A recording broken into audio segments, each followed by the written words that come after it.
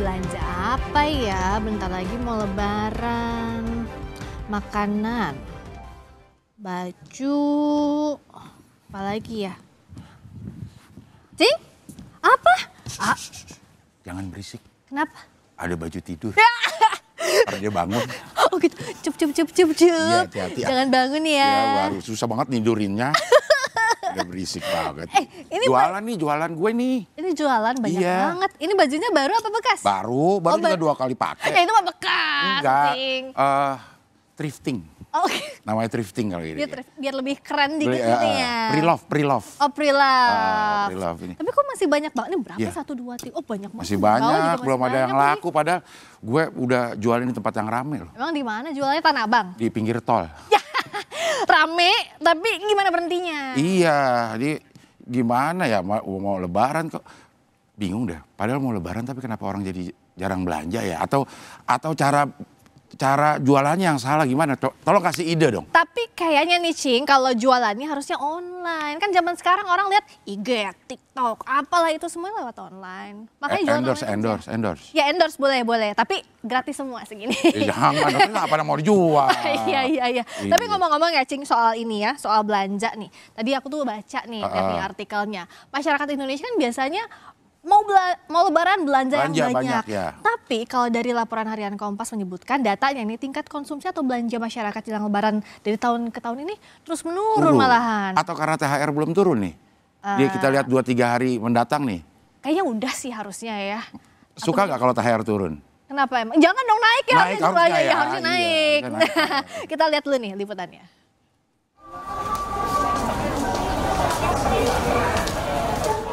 Warga Kota Semarang, Jawa Tengah mulai mendatangi Pasar Johar untuk berbelanja kebutuhan lebaran, terutama makanan. Salah satu makanan yang menjadi incaran warga adalah berbagai jenis kue lebaran. Namun, sebagian warga merasakan harga kue lebaran saat ini semakin mahal. Sementara penjual menyebut jumlah penjualan kue lebaran menurun. Banyak warga kini mulai mengurangi pembelian kue lebaran. Biasanya kan mengalami kenaikan jelang lebaran, dari pembeli gimana? Pengennya harga lama ya, tapi kayaknya kok ini berubah harga semua. Gimana Bu? Keberatan apa?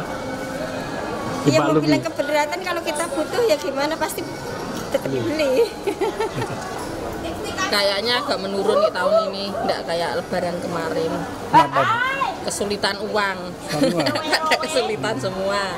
Jadi belinya jajan sedikit-sedikit. Dikit-dikit? Ya, Kalau yang berkurang. bentuk ini Bu, sudah kemasan kayak gini?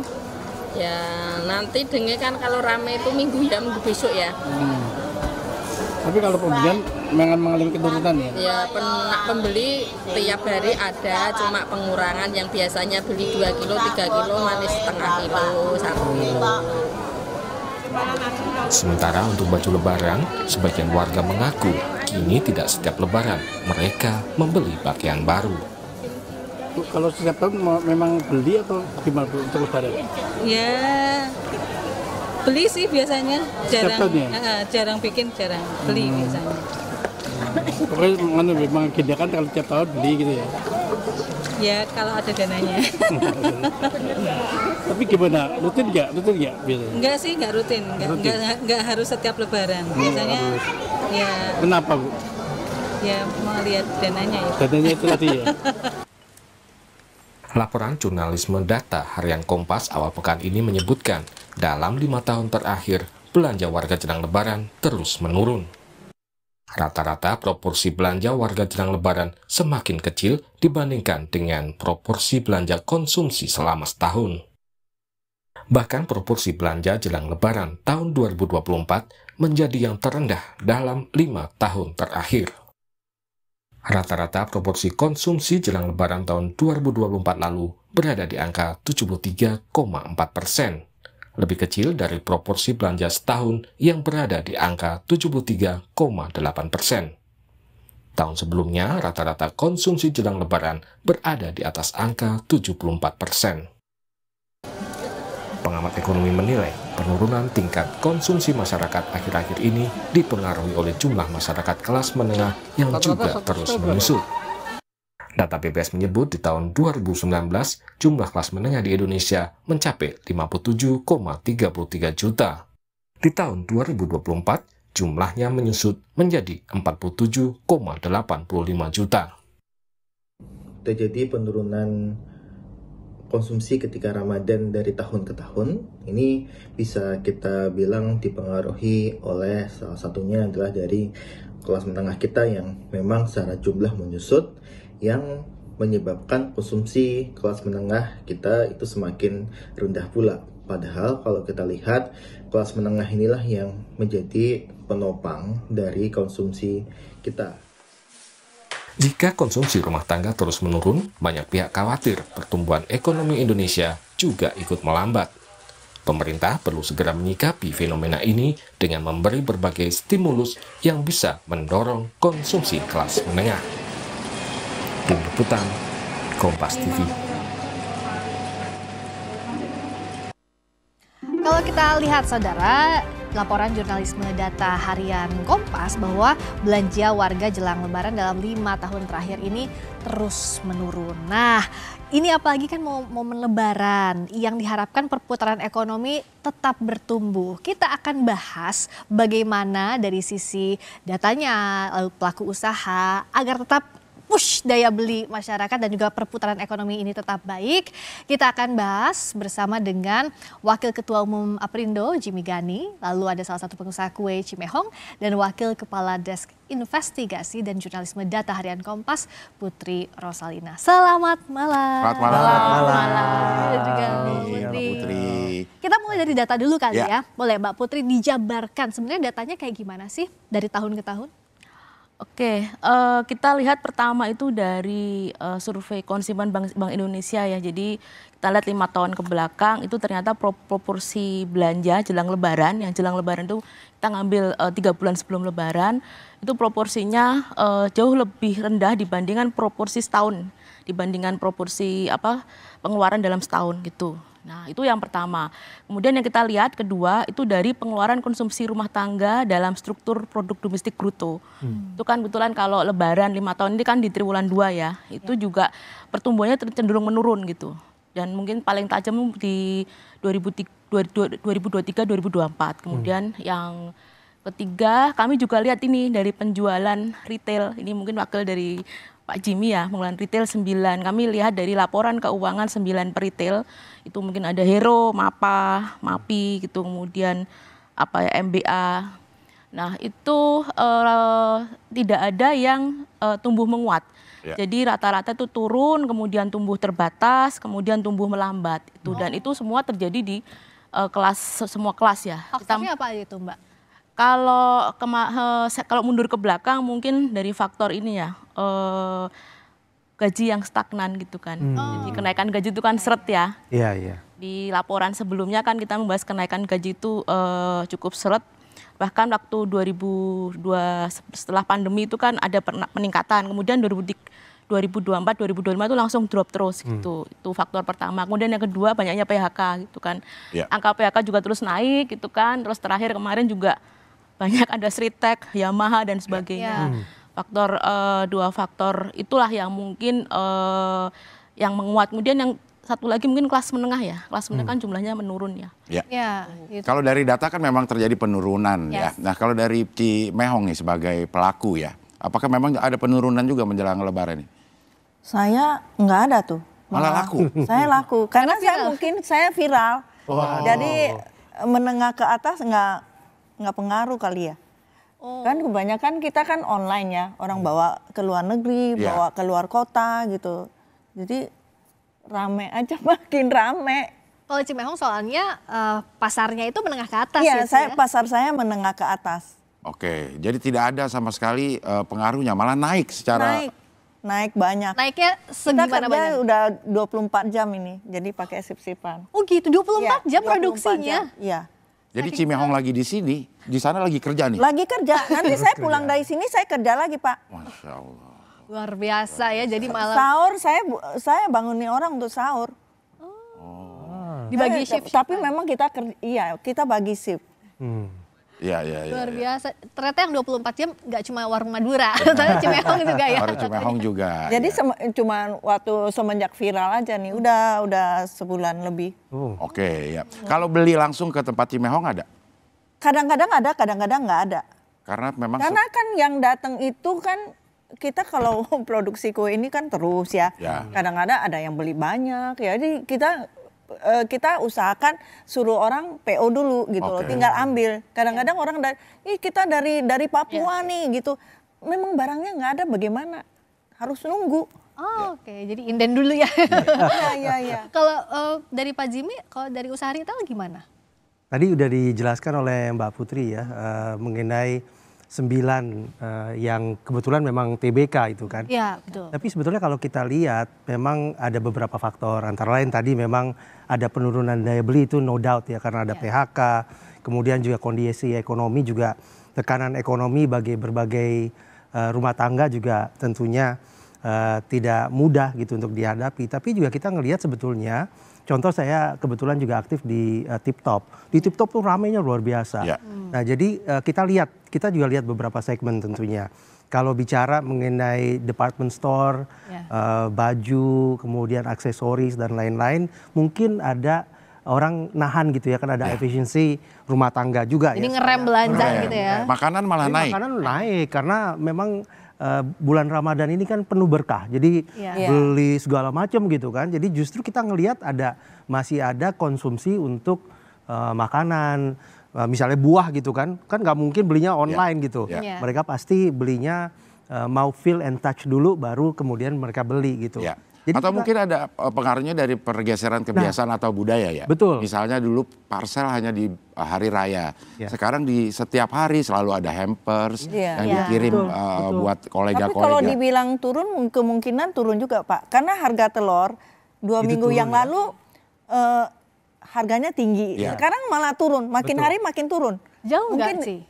Penurunannya jauh? Jauh. Yang bisa lebih sehari turun 500. Oh iya? Iya. Yang lebih hebat lagi ini cabai.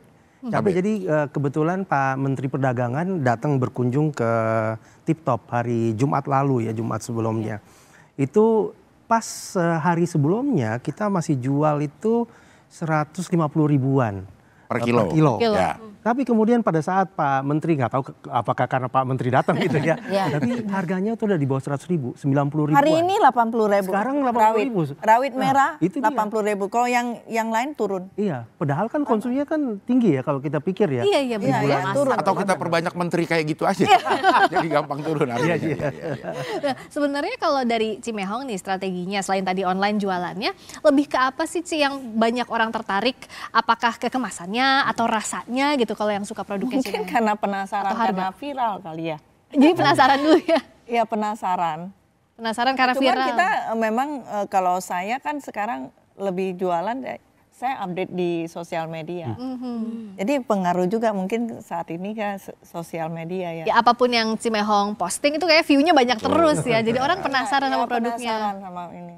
Dan itu ada konsumen yang berulang nggak? Kadang-kadang kan kalau orang penasaran sekali beli aja selesai. Nah kalau itu ada loyal customer nggak kok dari? Repeat order tuh. Banyak repeat order. Ya, yang tadinya nggak tahu, oh ini ternyata kayak kue Bika Ambon kita ya. Kalau mereka cobain rasa Bika Ambon yang di tempat lain mungkin tadinya kan nggak suka terlalu manis. Tapi karena saya bilang barang saya gluten free. Terus tidak terlalu manis. Jadi yang orang-orang tua itu ya mau coba, habis itu cocok mereka. Jadi pada repeat order. Iya, jadi ada pembedanya juga ya. Karena kualitas kita kan beda sama orang lain. Mungkin Bika Ambon kita ya biasa, tapi kita tambahin biar lebih enak, lebih itu kita tambahin butter khusus yang mahal gitu itu ya, loh, betul. yang paling mehong gitu. Iya, yang paling mehong, makanya si mehong nih. Kalau Pak Jimmy, apa sih sebenarnya yang dicari kalau dari industri retail itu? Apakah lebih ke harga ya kalau retail? Ya harga tentunya berpengaruh ya. Tapi sekarang yang menarik nih kalau saya dengar dari Cimehong ya, ada fenomena baru gitu. Kebetulan teman-teman dari TikTok juga kemarin diundang sama Wardah.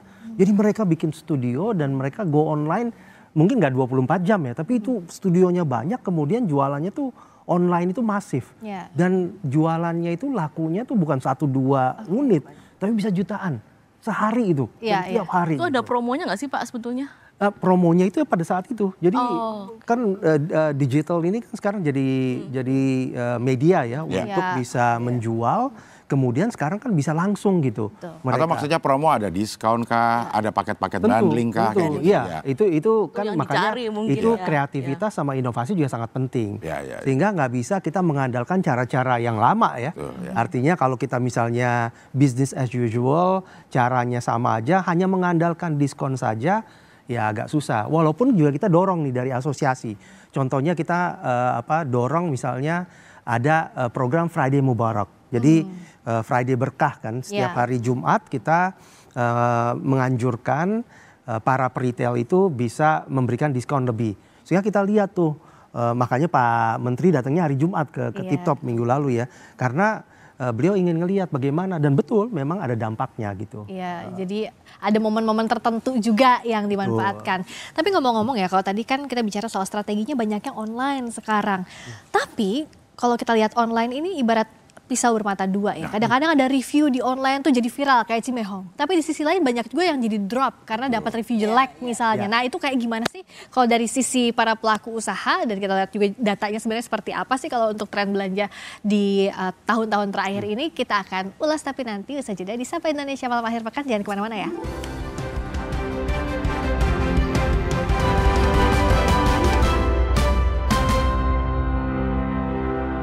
Aku tak. Ini tolong saya punya produk makanan, tolong di-review terus endorse di-up di Instagramnya Cimehong ya. Saya harus coba dulu. Harus coba dulu? Harus coba dulu? Iya, kalau saya ya. Kalau yang lain kan tergantung bayaran. Oh ini saya langsung bayar di muka nih? Bisa? Enggak, saya harus coba. Walaupun dibayar, Cimehong bilang itu nggak enak, nggak bisa langsung endorse? Enggak. Oh nggak otomatis? Boleh nggak coba ini apakah ini enak nggak, silakan. Silakan Ci. Ya. Punya Cing Abdel nih. Baru usaha. Ya. Fresh from the oven ya.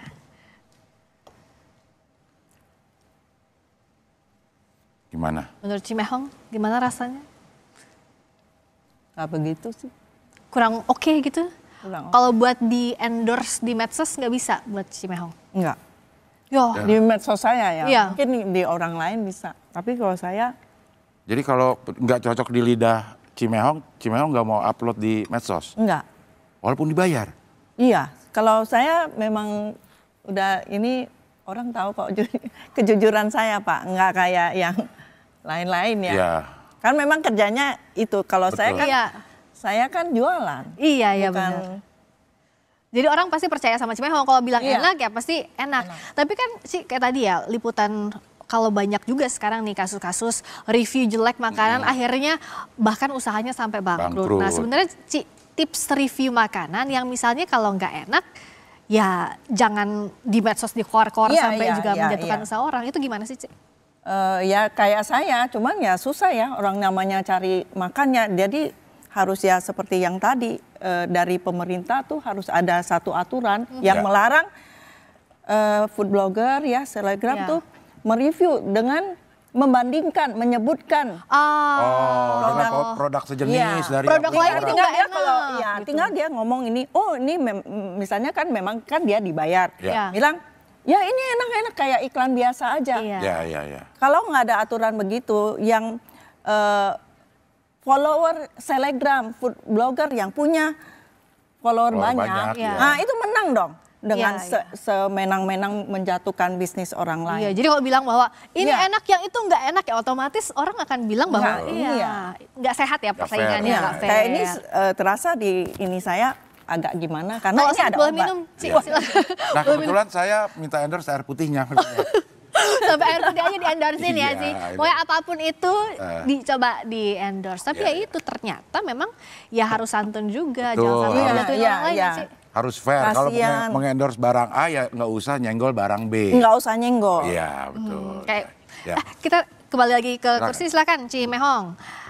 Jadi kalau kayak ini ya, kalau kayak jualan gitu kan, kalau kita sering lihat iklan, ini kecap nomor 1, semuanya bilang nomor 1, yang mendingan kayak gitu daripada kita nge-review jelek punya orang. Iya, dengan menyebutkan merek, bandingin itu kan, itu jangan. Kalau menurut saya ya, jadi pemerintah harus ada satu tegas gitu.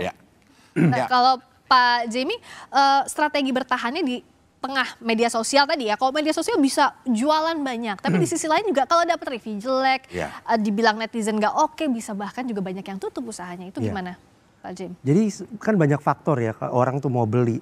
Salah satu kan tadi harga gitu. Harga itu bukan berarti harus murah terus, karena orang juga akan ngelihat quality kan. Kalau misalnya quality-nya tinggi, orang juga banyak yang berani bayar mahal. Tapi kalaupun misalnya harganya terjangkau, kemudian quality-nya tinggi, tanpa ada inovasi dalam kita promote juga tentunya itu akan menjadi masalah. Salah satu cara yang terdepan sekarang adalah menggunakan influencer. Karena influencer itu tentu nanti orang trust gitu ya. Trust, mereka percaya bahwa ini barangnya betul-betul bagus, sehingga mereka akan beli karena influencer itu mengatakan bagus. Seperti yang tadi Cimehong sampaikan, dan semakin objektif seorang influencer itu akan semakin nanti menjadi acuan. Bahwa oh ini Cimehong nih selalu objektif. Kalau yang bagus dibilang bagus. Atas review gitu ya kalau kata betul. netizen. Kalau anak-anak netizen sekarang kan gitu kan. If it's honest review, dan jadi menjadi banyak yang follow. Dan itu sangat dibutuhkan sekarang ini. Karena selain daripada tadi strategi-strategi tadi, orang tentu sekarang dengan social media ini akan ngelihat apa komentar orang lain, apa review orang lain. Tadi sekedar review yang jelek itu nggak enteng gitu ya. Itu akan mengakibatkan dampaknya itu bahkan sangat ada yang sampai tutup usahanya. Persis, hanya gara-gara video 1-2 menit dari orang terus sampai terdampak tutup usahanya. Padahal selera orang kan beda-beda juga kan. Iya, betul. Itu nggak fair. Nah, ya silakan Cik. Iya, seperti yang tadi itu kan saya rasa nggak enak. Tapi kalau orang sudah terbiasa, ya enak, dibilang enak kasihnya gitu kan. Jadi nggak bisa satu orang tuh kasih nilai begini. Iya kan? Ya no. Terus kayak seperti saya, besoknya dia jualan. Ini pengalaman pribadi Cimehong ya. Iya, yang kayak Mbak Putri ya, saya mau ke Mbak Putri dulu ya. Mbak Putri ini kan tadi dibilang ternyata penurunan belanja itu terjadi di semua kelas. Tapi apakah datanya juga udah masuk ke perbelanjaan daring tadi online? Apakah itu masuk juga ada penurunan?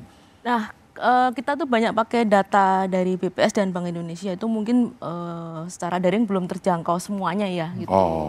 Jadi mungkin harus dilihat lebih jauh kan. Soalnya data untuk mencari tahu belanja daring itu susah. Kami berusaha untuk mencari ke dua toko daring itu ya. Saya nggak sampai sebut nama gitu kan ya. Itu hanya menyebutkan bahwa misalnya saat tanggal kembar itu transaksi meningkat sekian. Volumenya tapi ya. Tanggal-tanggal cantik itu ya. Momen-momen itu ya. Bukan nilainya, bukan volumenya. Kemudian saat Lebaran tahun lalu juga naik gitu kan, agak susah juga ya membandingkan apakah misalnya orang belanja daring itu bisa tapi ternyata pay later gitu kan. Itu juga bisa dilihat lagi gitu lebih dalam. Termasuk penurunannya Mbak Putri, apakah tadi kan salah satu yang jadi faktor utama turunnya daya beli karena kelas menengahnya turun kelas. Nah tapi kalau di kelas menengah ke atas itu ada penurunan juga atau enggak dari datanya? Kalau yang dari peritel tuh iya turun, lebih turun dan tumbuh terbatas begitu. Jadi istilahnya rem belanja itu juga terjadi di semua kelas ya? Betul. Ya. Sebenarnya data-data yang seperti ini yang bisa kita himpun dari tahun ke tahun itu sebenarnya antisipasinya apa sih yang diharapkan dari pemerintah? Data kan sudah ada nih terjadi, ini sebenarnya antisipasinya seperti apa? Kebijakannya gitu ya? Ya kalau misalnya tadi penyebabnya misalnya gaji stagnan ya pemerintah juga intervensi ya untuk misalnya UMP terus bisa dinaikkan secara kontinu, jangan sampai nilainya ada di bawah inflasi gitu kan.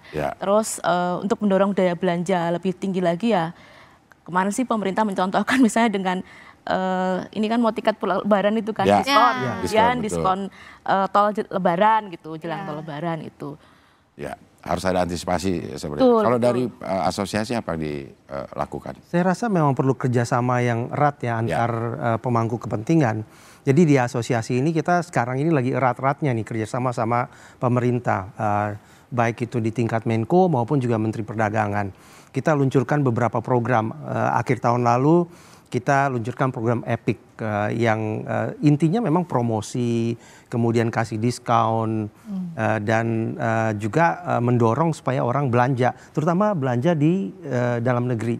Karena kan ada kecenderungan juga, terutama yang kelas menengah atas ya, mereka kalau mau belanja ya belanja ke negara tetangga gitu. Nah kenapa nggak belanja di dalam negeri? Terus juga kita juga berharap bahwa pemerintah ini bisa mendukung berbagai stakeholder yang ada di dalam. Contohnya UMKM. Ya. Karena kan gimana pun kan kita mau meningkatkan kelas dari UMKM. Kalau UMKM itu dikasih insentif dan seterusnya itu akan sangat membantu. Ditambah lagi tadi mungkin Mbak Putri udah juga memberikan beberapa tips juga ya. Kan ini insya Allah gaji ke-13 akan cair untuk ASN, THR juga akan cair, itu juga akan mendorong itu daya beli ya. Nah kalau dari Cimehong kasih tips ke pelaku usaha, kan kalau sekarang kan momentumnya Ramadan, Lebaran, mau tidak mau memang ada peningkatan rata-rata di momen ini. Nah setelah itu biasanya flop, turun lagi. Ada tips nggak Cimehong untuk para pelaku usaha gimana tetap menjaga atau tetap menaikkan penjualan setelah Lebaran? Ya terus konsisten, sosmed. Viral lagi. Bikin konten-konten yang menarik gitu loh. Jadi konten-konten menarik. Iya. Viral itu nggak mengenal momen-momen apa gitu ya Ci ya? Misalnya Lebaran doang gitu, enggak ya? Enggak. Saya viralnya kan karena bantu talent. Iya, betul. Kalau saya lihat memang konten dari Cimehong karena saya juga follow gitu. Dia lebih genuine, natural, kasih lihat tempat produksinya gitu. Jadi lebih relate mungkin ke ke konsumen ya. Jadi bisa dimanfaatkan media sosial ya intinya. Harus sekarang zamannya media sosial. Oke, jadi semangat untuk para pelaku usaha termasuk juga masyarakat yang berjuang untuk rem belanja tapi ingin meningkatkan daya beli juga. Ini harapannya ya harus ada kebijakan dari berbagai pemangku kepentingan lah ya kalau bicara soal ini. Terima kasih banyak sekali lagi Cimehong. Terima kasih Pak Jimmy, terima kasih juga Mbak Putri. Terima kasih.